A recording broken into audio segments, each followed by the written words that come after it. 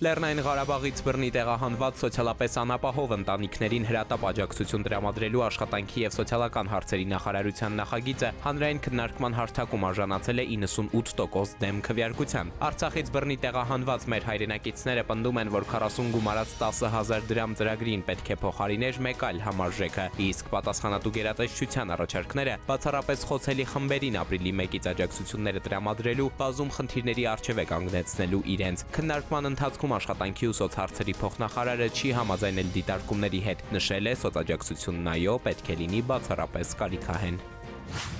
Բանկային կիբերհանցագործությունների զոհ դարձած քաղաքացիները բողոքի ակցիա են իրականացրել կառավարության դիմաց համակարգում տեղի ունեցող զեղծարարությունների հետ կապված ներկայացնելով իրենց անհանգստությունը։ Ակցիայի մասնակիցները կառավարությունից պահանջում են ապահովել արդարություն, թույլ չտալ, որ քաղաքացիների անուններով ձևակերպված կեղծ վարկերի պատասխանատվությունը մնա նրանց վրա, ինչպես նաև երաշխավորել քաղաքացիների ֆինանսական անվտանգության պաշտպանությունը։ Բողոքավորները ցանկացել են հանդիպել վարչապետի հետ, բայց հանդիպում տեղի չի ունեցել։ Պահանջները նամակով են հանձնել գործադիրին։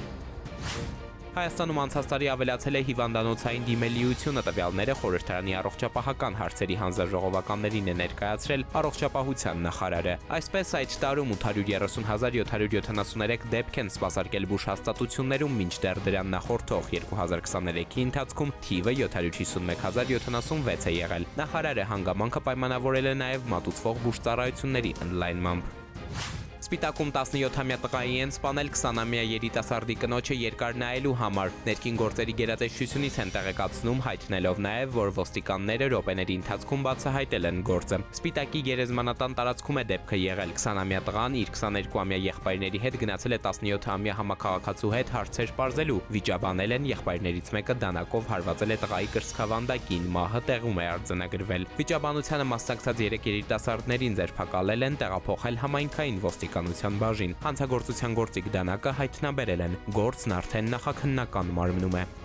Գետերում պոտենցիալ հեղեղումների վտանգ ստեղծող քարերն ու ծառերը մաքրելու համար գործադիրն առաջարկում է այլևս չպահանջել ջրօգտագործման մինչև 50 օրում տրամադրվող թույլտվությունը, եթե դրա արդյունքում ջրի հունը փոփոխման չի ենթարկվելու։ Նախագիծն ազգային ժողովի համակարգող շրջակա միջավայրի պահպանության հարցերի հանձնաժողովում են քննարկել։ Հեղինակները վստահ են, որ այսպես իրենց աշխատանքն առավել օպերատիվ է դառնալու, մինչդեռ ընդդիմադիր հանձնաժողովականները պնդում են խնդիրն ու գործառույթը այլ գերատեսչության տիրույթում են։ Հանձնաժողովը դրական եզրակացությամբ նախագիծն ուղարկել է լիագումար նիստերի օրակարգ։ Էդուարդ Պողոսյան, ժամ լրատվական։